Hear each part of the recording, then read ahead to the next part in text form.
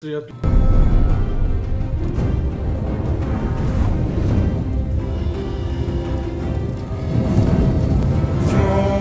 yeah. Game of Thrones, yeah. Game of Thrones, fucking Game of Thrones, fucking Game of Thrones, fucking Game of Thrones, fucking Game of Thrones, yeah. Game of Thrones, yeah. Game of Thrones, Game of Thrones, fucking Game of Thrones, fucking. Welcome to Game of Thrones Chat, Season 5, Episode 14, R plus L equals J, or does it? I'm Dan, I'm unsullied, but I'm about to get pretty solid. Yes, I'm Thomas, and I'm double solid because I've read the books twice. These books about of George R. R. Martin. Yeah, those books. Those books, And Song of Fire and this Ice. is a spoilery episode. Yes. We are probably gonna spoil stuff that will probably appear in Season 6. We think so. So we normally do not spoil anything. So if you don't want to be spoiled, you should not listen to this. If you don't know what R plus L equals J means, and you want to be surprised, then you definitely should not listen. Turn this off now. If you're not sure, Never listen to me. don't listen to this. Spoiler. Spoiler warning. Okay, have you observed the spoiler warning? You're still here. You want to be spoiled. Let's spoil people. Okay. What does R plus L equals J stand for? Well, it stands for Rhaegar plus Lyanna equals Jon. And that's Jon Snow. Yes, that's Jon Snow, who is dead, isn't he? Or is he? Well, Rhaegar is of course the crown prince. Rhaegar Targaryen used to be the crown prince of Westeros, the son of the Mad King. And the big brother of Daenerys. Yes, and he was killed in battle by Robert Baratheon at the Battle of the Trident. Yes, and he was mysteriously mentioned a lot in Season 5. Mm-hmm. And he was the big brother of Daenerys also, about 20 years older. Yes. And he, some say he kidnapped, some say he eloped with Lyanna, who was Ned Stark's sister. Yeah, Littlefinger definitely think they eloped, as he said. But Robert Baratheon was betrothed to Lyanna at this point. So he just assumed that he was kidnapped, because why would she elope with Rhaegar when she could have had him? Yeah, of course. And he became king, so his truth was the truth. Yes. So, but there's a theory then that Rhaegar and Lyanna, they got together and maybe had a secret marriage or something. And then there was this war, and Rhaegar sent Lyanna away to a place called the Tower of Joy in the southern part of Westeros. Yes. To have their baby. Sounds like a great place. To have their love baby. Yes. And then the war and he sent 3 of his Kingsguards to guard her. 3 Kingsguards, that's pretty serious. Yeah, that's 3 out of 7. So that's a lot of Kingsguards for just a lover. But I guess he felt that even though he did have another wife and 2 more kids, he did really want this woman to be protected as well. Yes. So at this, did his wife have any Kingsguards? He had the rest of them himself, right? I think Jaime Lannister was still at court when the battle at the Trident happened. Yeah, so the Mad King had all the Kingsguard that was left, probably. He had some of them at least. Yeah. I don't remember where everybody was. Well, 3 Kingsguard is a lot to send with your wife if you're not the king. Yeah, absolutely. But the thing is here though, so then the war happens, and Rhaegar is killed, and his father, the Mad King, is killed, and all that's settled. And then Ned Stark and his friend Howland Reed, the father of Jojen Reed and Mara Reed, friends of Bran, if you remember those. Yes. Yeah, they and 5 more people, they ride down to Tower of Joy to take back Lyanna, so to say. Why only 10 people? Why not... Well, the 7 of those. Yeah, why not some troops? I'm not sure. Maybe they were in a hurry. Okay. Maybe they... Let's go there, quickly. Okay, yeah, exactly. Maybe they didn't know that she was guarded at all. Okay. So they go there with 7 people, and the 3 Kingsguards are there guarding her, and she's like, well, she's my sister, come on. And they're like, no, we're guarding her. So the 7 of them, Ned Stark and 5 of his friends and Howland Reed, plus against those 3 Kingsguards. And everybody dies except Howland Reed and Ned Stark. Okay. So it's a pretty bad battle. Yes. And then after that, Ned Stark goes into the Tower of Joy, and here he finds his sister lying in a bed of blood or something like that. A bed of blood. That doesn't sound like joy. And she screams to him like, or tells him, "Promise me, Ned, promise me." And that's like her last words. That's exactly. And all of this, Ned, we get this information because Ned dreams about this when he is wounded back in season 1, when he breaks his leg, or his leg is stabbed by the Lannister guards. Yes. I think that's when he dreams about all this stuff. Okay. So we get the flashback there. But we don't get that flashback in the TV series. But we may still get it. Yes, somehow. But then somebody else has to remember it. But anyway. No, but Ned Stark has been casted for season 6. Okay, so there will be a flashback. So yeah, in a flashback. It sounds like something like that. We'll see what happens. But the theory here Maybe is... season 6 is just the Robert's Rebellion. Yeah. Well, the thing is here that when Ned Stark married Catelyn Stark, and then he went into war. Yes. And then he came back from war with a young son. And he's like, yeah, I'm sorry. I got this son when I was hanging out with this woman. So he claims this Jon Snow to be his bastard son. And that's very unlike him. He is a man of honor. He would never betray his wife, would he? Yeah, that doesn't make sense. But but also people, it's mentioned in the books that Jon Snow does look a lot like his father. Yes, and remember that Ned Stark says to Jon Snow in season 1, "You're a Stark!" Mm-hmm. And Ned Stark doesn't lie. Yeah, so they are related, but the question... And you also remember maybe from, I think this is season 1, episode 2, when they separate and Ned Stark tells Jon Snow... I mean, Jon Snow asks his father, like, is it good to go to the Castle Black and become a Night's Watchman? Do you think that's a good thing? And Ned Stark really supports him in that. Yes. And first I'm like, why is he supporting? Is it so good? Well, maybe it's good because you don't want to have different sons competing for the power of Winterfell and so on. And they have this tradition of sending Starks to the wall. Uh-huh. And then Ned Stark, they leave, Ned Stark goes south and Jon Snow goes north. But before they leave, Ned Stark says to Jon Snow, okay, next time I see you, I will tell you about your mother. Yeah, he does. But... and then he dies, so he can't tell him about this. Why didn't he tell him right there? I mean, he's like, who is my mother? Does she know I'm existence? Tell me something. He's like, I'll tell you next time. Yeah, because it's dangerous to tell him, so it's better to wait till next time. Why is it dangerous to tell him? Because then he would know that he's in danger. Well, the thing is, people think that... Okay, so Jon Snow is the son of Rhaegar Targaryen and Lyanna Stark. That means that he has pretensions to the throne. Yeah, and he has a stronger claim to the Targaryen throne than Daenerys. Or Robert Baratheon. Yes. And Robert wants all Targaryens dead. Yeah, that's pretty clear. Yeah, so if he knew that Jon Snow was a Targaryen, he would want Jon Snow to be killed. Yes. But if Jon Snow is at the wall, he's out of the picture. Yes. Because his great-great-uncle, Aemon Targaryen, is also at the wall. He's also Targaryen. And out of the picture. Because he's out. Because he's at the wall. So I think that's why he's telling you, okay, next time I can tell you, because then you will be safe. Oh, okay, that makes a lot of sense. So that's what I think anyway. And that's also the only way he could lie to Cat is that he has made a stronger promise to his sister, and he has to keep that promise. Yeah, and he realizes that Jon Snow will be in grave danger if he does this. So yeah. This is really probably the most iconic of all the mysteries of these books. And oh yes. Yeah, I think I told you before, like when the producers D&D, when they wanted to produce this TV series, they talked to George R. R. Martin. They had this meeting for 5 hours, and eventually George R. R. Martin is like, okay, I hear you. It sounds interesting. You say you read the books. Well, if you read the books, tell me then, who is Jon Snow's mother? Could they answer? They came up with a satisfactory answer to this question.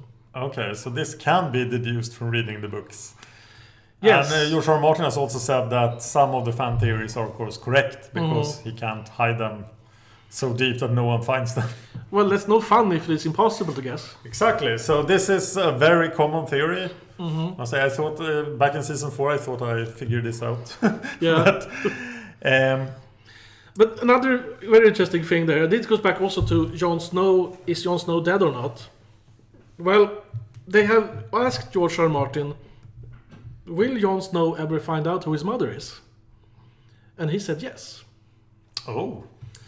But he does only take responsibility for the books, not the TV series.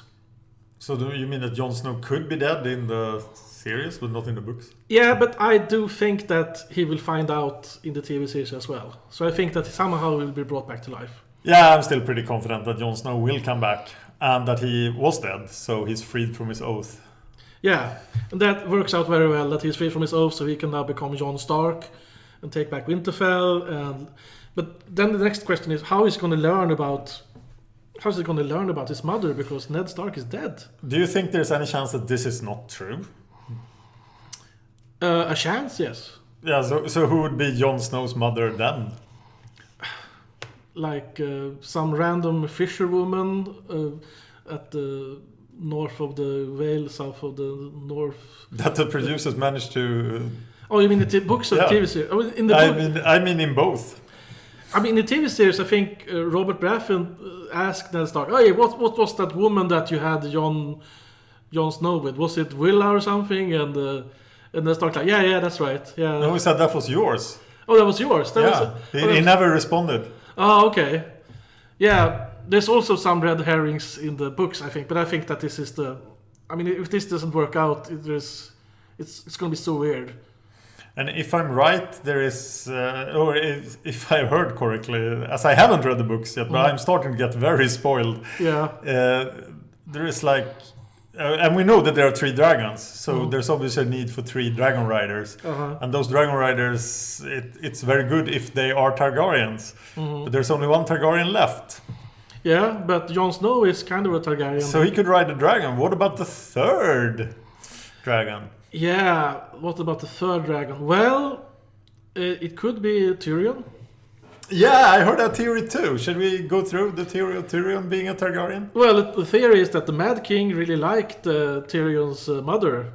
Yeah, which he did in the books, but we haven't heard anything about it in the series. Exactly, but in the books it's mentioned that, and this was, and also a source of great animosity, of course, between Tywin Lannister and the Mad King, that the Mad King liked his wife a little bit too much. And that would explain why Tywin hated Tyrion so much? That could explain why Tywin says to his son, "You're no son of mine." Nah. Maybe he isn't. Maybe he isn't. And maybe he's a secret Targaryen. So this is... But in addition to this, there's like 100 other people who are being accused of being secret Targaryens. But there's like Tyrion's hair is much whiter than the blonde of the Lannisters in the books, right? It's real.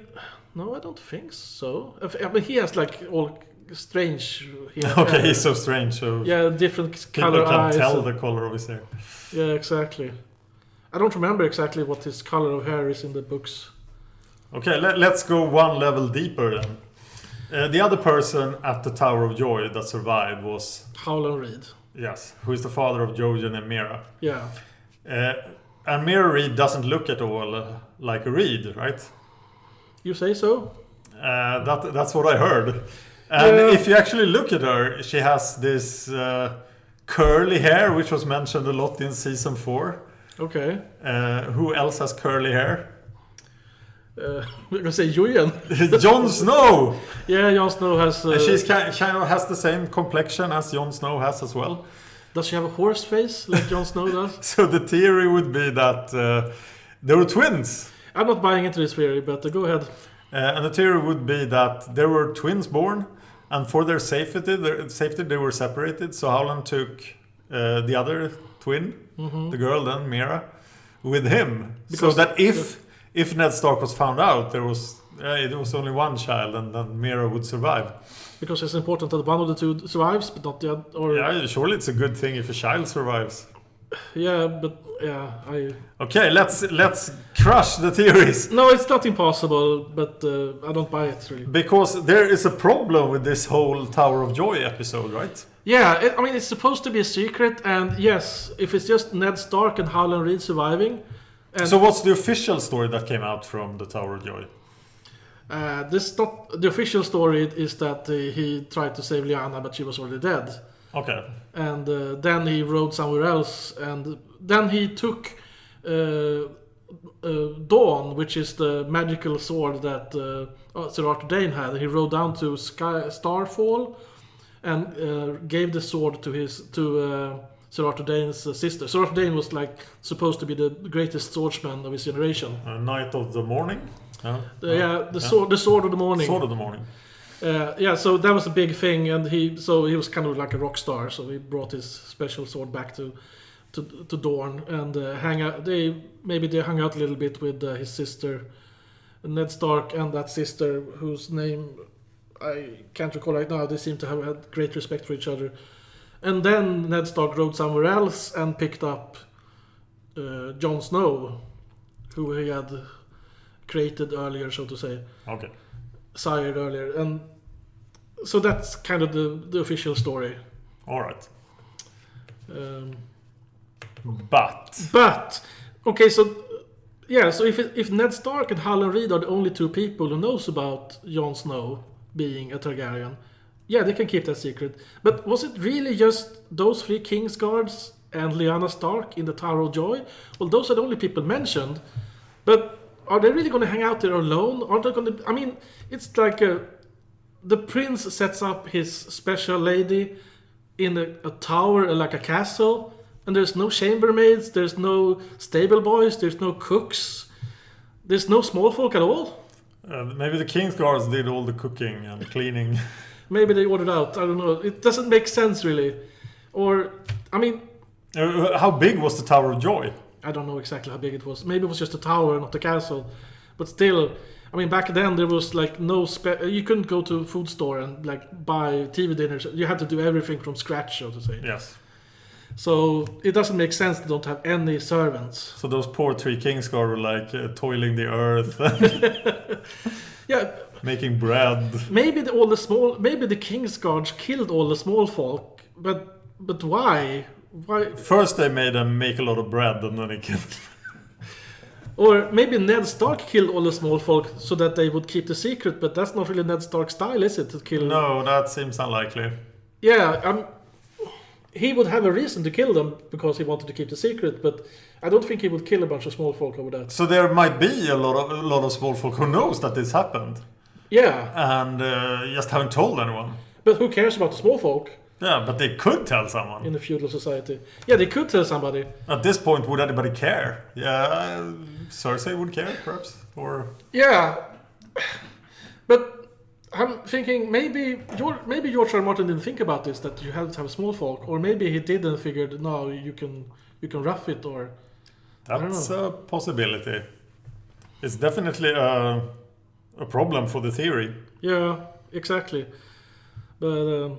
and of course Robert had 17 years to find out. Somebody could have whispered it to him. Yes, and he obviously did not know. I mean, so if somebody, let's say a commoner comes and tells him that, will he believe them? Well, he might have brought it up at least. Yeah. But he was blissfully unaware of this woman, and so he didn't know. So there's a little bit of a hole here in the theory there. Yeah. I think, but let's forget about the small folk and let's just focus on the. I still want Mare Reed on the third dragon. Anything else we should talk about this theory? Should I spoil a little bit more about Jon Snow? Oh, okay, go ahead. Okay. Extra spoiler warning. Extra spoiler warning. In the second book, should have been like the second season, when they are north of the wall, Jon Snow is sleeping. And when he's sleeping, he dreams about being a wolf. Oh. What he's actually doing, he's warging into Ghost. So he's a warg. Isn't it like warging is in all Starks? They just have to wake it up or something in the books? It seems like the other Starks are also have the genes for it. But Bran is the only one who has really come into his own, and part of it is because I think Jojen has told him what to do and so on. And because he lost the use of his legs, his other faculties has become more powerful. Is there any other warging from a Stark in the books? There is Sansa warging into an elephant. I remember Arya being like dreaming about her wolf, I think, and Rickon is very, very connected to his shaggy dog. But this, I mean, Jon Snow, he's a warg. That's like verified because in one of the books, this whole camp with with thousands and thousands of wildlings. There's one guy called Sixskins because he has a little menagerie. He has like one polar bear and like a couple of shadow cats and a couple of wolves. That's his posse, and he rides the polar bear. Okay. So he has 6 skins. That's why they call him Sixskins. And the first time he sees Jon Snow, he's like, wow, that's the most powerful warg I've ever seen, because he can sense the warging. It's like, wow, the power is strong within you. The force is strong within you. Whoa, the warg Jedi's. Yeah, and then next is like, wait a minute, you don't know you're a warg, do you? Wow. And he's like, and you have this amazing direwolf, and you're not even using it. How stupid are you? Okay, pretty clear. So Jon Snow is a warg, he just doesn't know it. All right. So that's another spoiler. And his final word in the book is not what it was in the series. And what was it in the... Jon Snow? Jon Snow's final word when he's stabbed to death is ghost, right? In the book. Yeah. I don't remember. So one theory is that Jon Snow survived the... just like the wildling we saw earlier, who survived by warging into his eagle. Jon Snow could have survived by warging into ghost, but this was really not set up at all in the series. So that's not the solution they're going for in the series. Yeah. But the problem I have with this theory is that, okay, so he survives by warging into ghost. Okay, so he wargs into ghost, then what? And then he becomes Lord Ghost. Then he becomes Lord of Winterfell? And then he has to fly the dragon in Ghost's body. And then that will look ridiculous. So he's gonna learn about his mother while being in Ghost? Yeah.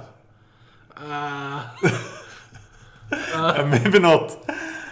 I think we're done for today. What do you think? So maybe he works into Ghost, but it's like a dead end, really.